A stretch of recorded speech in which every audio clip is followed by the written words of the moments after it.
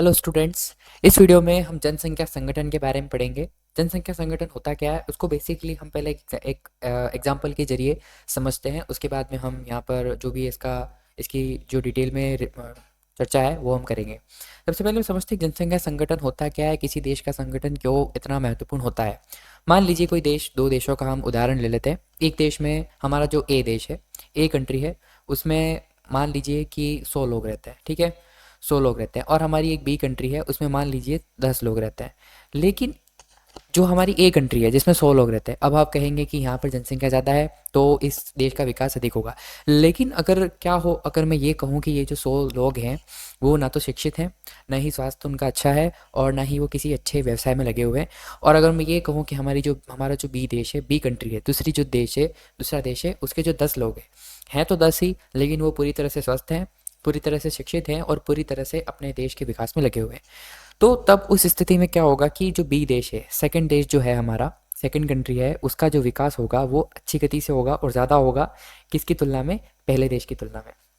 तो ये किस पर मैटर करता है, ये सब किस पर निर्भर करता है, ये सब निर्भर करता है उस देश के जनसंख्या संगठन में। तो किसी देश के लोग वहाँ के संसाधन कहलाते हैं। ये सबसे पहला बेसिक पॉइंट होता है कि किसी देश के लोग वहाँ के क्या कहलाते हैं, संसाधन कहलाते हैं। किसी देश के लोग संसाधन बनेंगे तो ही उस देश का विकास होगा। हमने पहले ही पढ़ा है, हमारा जो पार्ट का नाम है वो क्या है, मानव संसाधन। तो मानव किसी देश की जनसंख्या वहाँ का संसाधन होती है। अगर वो प्रोग्रेस कर रहे हैं, अगर वो काम कर रहे हैं तो ही देश का विकास होगा। तो इस तरह से वो वहाँ के संसाधन होते हैं। जनसंख्या विकास का आधार होती है कि किसी देश की जनसंख्या का संगठन क्या है, उसकी जनसंख्या क्या करती है, वही उस देश के विकास का आधार है। अब उसके लिए क्या क्या गुणों की आवश्यकता होती है किसी देश में विकास के लिए, क्या आवश्यक गुण कौन कौन से हैं। पहला है आयु। देखिए, अगर बच्चे हैं तो भी, अगर उस देश के में ज़्यादा बच्चे हैं तो बच्चे भी उस देश का विकास नहीं कर पाएंगे, वो तो दूसरों पर आश्रित होते हैं। अगर 65 वर्ष के ऊपर की आयु है, अगर वृद्ध लोग रहते हैं, बूढ़े लोग रहते हैं, तो वो वैसे ही काम नहीं कर पाएंगे, वो रिटायर्ड हो जाते हैं। तो आयु जो होती है, एक एज जो होती है वो एक फैक्टर होता है। लिंग, जो हमारा स्त्री पुरुष का जो अनुपात है वो भी मैटर करता है कहीं ना कहीं। तो हमें वो बताता है कि किस तरह से यहाँ का जो संसाधन है वो किस तरह से कार्य करेगा। साक्षरता दर, शिक्षित कितने हैं, वहाँ के लोग शिक्षित कितने हैं। अगर वहाँ के लोग शिक्षित नहीं होंगे, पढ़े लिखे नहीं होंगे, उन्हें नहीं पता है कि देश का विकास कैसे करना है, तो भी विकास नहीं होगा। स्वास्थ्य दशाएं, स्वस्थ होना ज़रूरी है। लोगों का उत्पादक बने रहने के लिए स्वस्थ होना ज़रूरी है। अगर वहाँ के लोग स्वस्थ नहीं होंगे तो विकास नहीं होगा। व्यवसाय, वो किस व्यवसाय में लगे हुए हैं, ये भी एक महत्वपूर्ण कारक होता है कि उनका व्यवसाय किस तरह का है। तो उससे हमें पता चलता है कि देश का विकास किस गति से होता है। और उनकी आय, उनके इनकम क्या है। अगर वो कुछ व्यवसाय कर रहे हैं तो उनकी इनकम क्या है, इनकम अधिक है तो हमें पता लगेगा। इनकम जो होनी चाहिए वो प्रॉपर होनी चाहिए, ऐसा नहीं कि आप गलत तरीके से कमा रहे। तो ये सभी जो फैक्टर होते हैं, आयु, लिंग, साक्षरता दर, स्वास्थ्य दशाएं, व्यवसाय और आय, ये सभी फैक्टर जो होते हैं, ये सभी कारक होते हैं, वो निर्धारित करते हैं कि जनसंख्या संगठन किस तरह से कार्य करेगा और किस गति से विकास करेगा। उपयुक्त गुणों के आधार पर जनसंख्या एक संसाधन बनती है। अगर ये सब गुण हैं तो हम कह सकते हैं कि किसी देश की जनसंख्या, किसी देश का पॉपुलेशन प्रोडक्टिव है, उत्पादक है, अन्यथा नहीं है। आगे समझते हैं इसको। जनसंख्या संगठन जनसंख्या की संरचना को बताता है। अब जनसंख्या संगठन पढ़ने से हमें क्या पता चलता है कि एक देश की जनसंख्या कैसी है, उस देश की जो जनसंख्या है उसकी संरचना कैसी है। जैसे कि कितने पुरुष कितनी स्त्रियां, हमने अभी पढ़ा। जो लिंग है उसको बताता है। वे किस आयु वर्ग के हैं, भाई वो बुढ़े हैं, वो जवान हैं, वो बच्चे हैं, या फिर एक प्रोडक्टिव लोग हैं, जो कार्यरत जनसंख्या है जो देश के विकास में मदद कर रही है। वो युवा वर्ग है या वृद्ध वर्ग है, बुजुर्ग है। वो कितने शिक्षित हैं, अब वो लोग कितने एजुकेटेड हैं, जितने ज़्यादा एजुकेटेड है वो उतने ज़्यादा मदद कर पाएंगे देश के विकास में। वे किस प्रकार के व्यवसाय में हैं, उनका व्यवसाय क्या है, वो नौकरी कर रहे हैं या फिर वो व्यापार कर रहे हैं, बिजनेस कर रहे हैं। उनकी आय का स्तर क्या है, वो किस स्तर पर अपनी इनकम, उनकी इनकम क्या हो रही है, किस स्तर पर वो कमा रहे हैं। और स्वास्थ्य दशा कैसी है और वो ठीक है या नहीं। अगर पूरा देश बीमार है, भले ही जनसंख्या कितनी भी हो, अगर वो काम करने में सक्षम नहीं होंगे तो वो किसी तरह से देश का विकास नहीं कर पाएंगे। अब हमें ये सब चीज़ें कैसे पता चलती है, तो हमें ये सब चीज़ें जनसंख्या पिरामिड को पढ़कर, उससे देखकर हमें पता चलेगी। तो ये है एक जनसंख्या पिरामिड, आप इसको देख सकते हैं, ये हमारा जनसंख्या पिरामिड है। तो एक जनसंख्या पिरामिड क्या दर्शाता है, पहले तो हम देख लेते हैं जनसंख्या पिरामिड से हम देखते क्या क्या है। कुल जनसंख्या विभिन्न आयु वर्गों में विभाजित है। हम यहाँ पे देख सकते हैं, ये जो दिख रहा है ना आपको, ये आयु वर्ग दिख रहा है। 0 से 4, 5 से 9, 10 से 14, 15 से 19, ये सब आयु वर्ग हैं। उदाहरण के लिए 5 से 9, 10 से 14 वर्ष, तो यहाँ पे प्रतिशत में दिखाया गया है। ये जो नीचे आप बॉटम लाइन देख रहे हैं, ये प्रतिशत की लाइन है। तो 0 से 4 वर्ष, 4 वर्ष की आयु में 8%, 5 से 9 में, फिर 8 से कम 6। तो इस तरह से ये प्रतिशत बताया गया है जनसंख्या के अलग अलग आयु वर्ग का। कुल जनसंख्या का प्रतिशत स्त्री और पुरुष वर्ग में उप विभाजित है। तो आयु और लिंग, आयु हमने देख लिया, आयु का प्रतिशत दिया हुआ है। उसके बाद में लिंग का प्रतिशत, ये जो दो भाग हैं आपके जो कलर अलग अलग दिख रहे हैं, ये भाग जो है वो पुरुष का है और ये भाग जो है वो स्त्री का है। तो इससे दो चीज़ें पता चलती है, जो मेन चीज़ें होती हैं कि कितने आयु वर्ग में कितने साल के लोग कितने प्रतिशत में उस देश में हैं, बुजुर्ग कितने हैं, वृद्ध लोग कितने हैं, जवान कितने हैं, कार्यरत जनसंख्या कितनी है, और स्त्री पुरुषों का जो अनुपात है वो कितना है। स्त्री की जनसंख्या ज़्यादा है, पुरुष जनसंख्या ज़्यादा है, ये हमें इससे पता चलता है। इसके आगे देखते हैं, जनसंख्या पिरामिड का आकार उस विशिष्ट देश में रहने वाले लोगों की कहानी बताता है।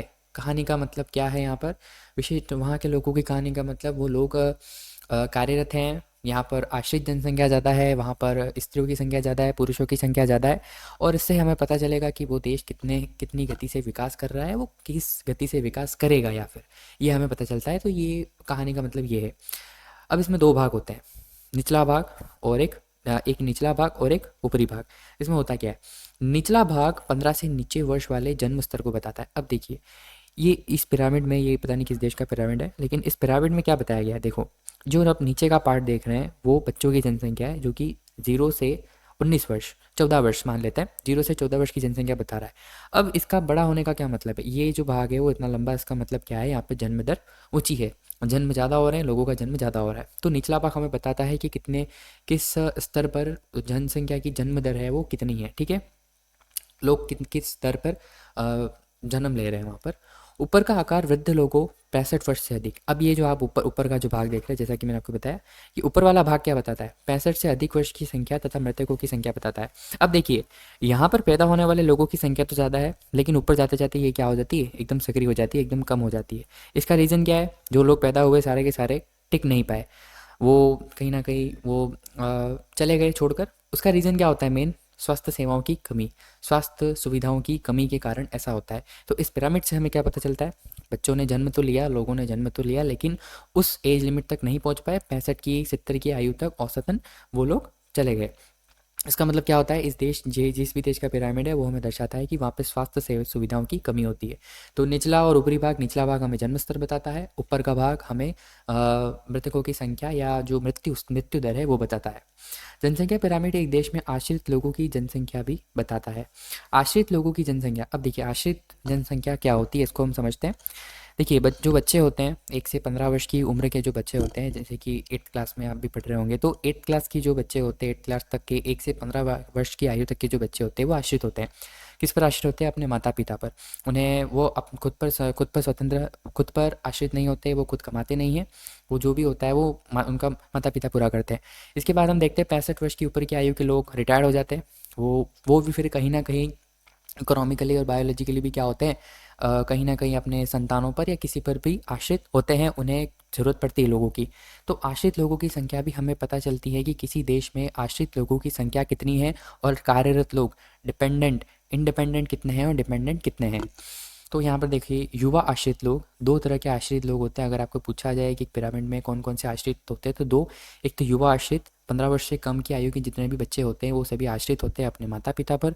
और वृद्ध आश्रित, जो भी वृद्ध लोग होते हैं, 65 वर्ष की अधिक आयु के जितने भी वृद्ध लोग होते हैं वो कहीं ना कहीं वृद्ध होते हैं, वो शारीरिक रूप से इतने सक्षम नहीं हो पाते, तो वो भी आश्रित जनसंख्या में आते हैं।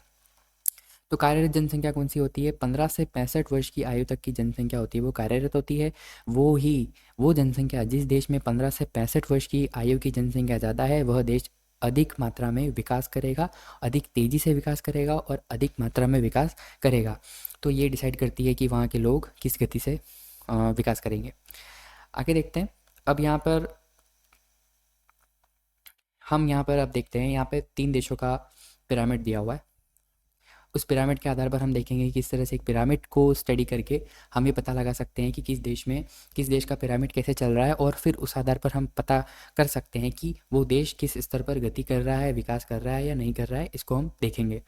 तो पहला दिया हुआ यहाँ पर केन्या का जनसंख्या पिरामिड दिया हुआ है। अभी हमें क्या बताता है, देखिए हमारा जनसंख्या संगठन को पढ़ने का मूल उद्देश्य क्या है, मूल उद्देश्य क्या है। देखिए जैसे कि हम कंपैरिजन करते हैं बांग्लादेश और जापान की जनसंख्या, कहने को जनसंख्या दोनों की समान है, लेकिन फिर भी जापान और बांग्लादेश के विकास के स्तर में ज़मीन आसमान का फ़र्क है। वो फ़र्क क्यों है? जनसंख्या संगठन के कारण।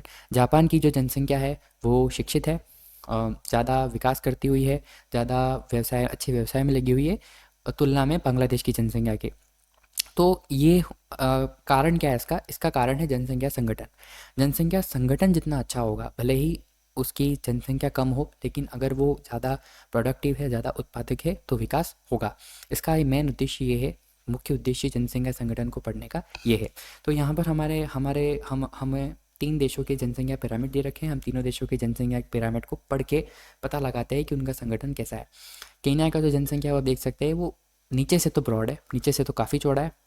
नीचे से काफ़ी चौड़ा, इसका मतलब क्या है? जन्म दर ऊँची है। देखिए जो बॉटम लाइन है वो ज़्यादा चौड़ी है, निचला भाग ज़्यादा चौड़ा है, इसका मतलब क्या है? जन्म दर अधिक है। लेकिन ऊपर जाते जाते वो क्या हो गया है? एकदम सकरा हो गया है, एकदम पतला हो गया है। इसका मतलब क्या हुआ? हेल्थ फैसिलिटीज़ नहीं है, इसके कारण जनसंख्या उस हद तक 65 वर्ष की आयु के बाद मृतकों की संख्या अधिक है। जनसंख्या जो आयु युवा वर्ग तो है, युवा आश्रित वर्ग अधिक है, लेकिन जो प्रोडक्टिव लोग हैं, जो कार्यरत जनसंख्या है, वो अधिक नहीं है। अब भारत के पिरामिड की बात करते हैं। भारत का पिरामिड एक स्टेबल पिरामिड माना जाता है। क्यों? देखिए यहाँ पर जो निचला भाग है वो इतना ज़्यादा फैला हुआ नहीं है। मतलब क्या हुआ कि जन्म दर है वो काफ़ी हद तक क्या है? नियंत्रित है। इसके बाद हम यहाँ बात करते हैं कार्यरत जनसंख्या की, तो ये भी अच्छी खासी जनसंख्या है कार्यरत जनसंख्या, तो ये भी अच्छी खासे रूप में। और ऊपर बात करते हैं हम जो ऊपर वाले भाग की मृतकों की संख्या या वृद्ध जनसंख्या है, वो भी एक अच्छे अनुपात में। मतलब क्या है इसका? हमारे यहाँ पर स्वास्थ्य सुविधाएं अच्छी हैं, और अच्छी होने के कारण जो जनसंख्या है वो सर्वाइव करती है, उस एज लिमिट तक सर्वाइव करती है। और इसके बीच में हमारे पास क्या है? कार्यरत जनसंख्या भी अधिक है, और भविष्य के लिए, आने वाले समय के लिए जो युवा हैं वो भी आगे चलकर कार्यरत जनसंख्या बनेंगे।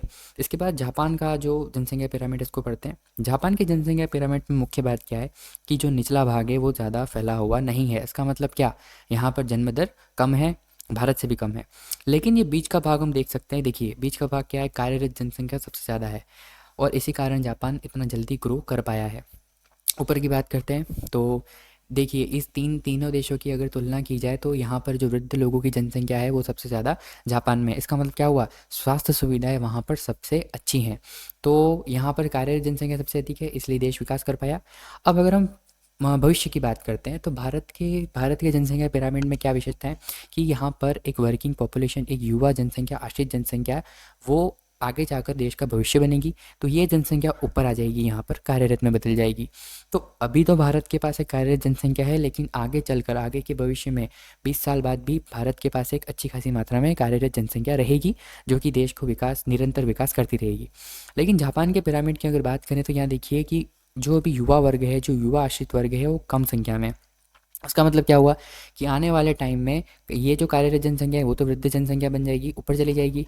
तो ये जो जनसंख्या, अभी जो युवा आश्रित वर्ग है वो कार्यरत में बदल जाएगा। तो उस टाइम जापान को थोड़ी सी प्रॉब्लम फेस करनी पड़ सकती है विकास के स्तर के परिप्रेक्ष्य में। तो इस तरह से हमने तीनों पिरामिड को स्टडी किया। तो आप इस तरह से किसी भी देश का पिरामिड बनाकर हम ये देख सकते हैं कि स्त्री पुरुषों का अनुपात कितना है, जनसंख्या कितनी है, वृद्ध और युवा वर्ग कितना है, और उसके आधार पर हम फ्यूचर के पर्सपेक्टिव में भी हम डिटेल कर सकते हैं, डिटेल में स्टडी कर सकते हैं और पता लगा सकते हैं कि उसका फ्यूचर का विकास, भविष्य का विकास किस स्तर का हो सकता है।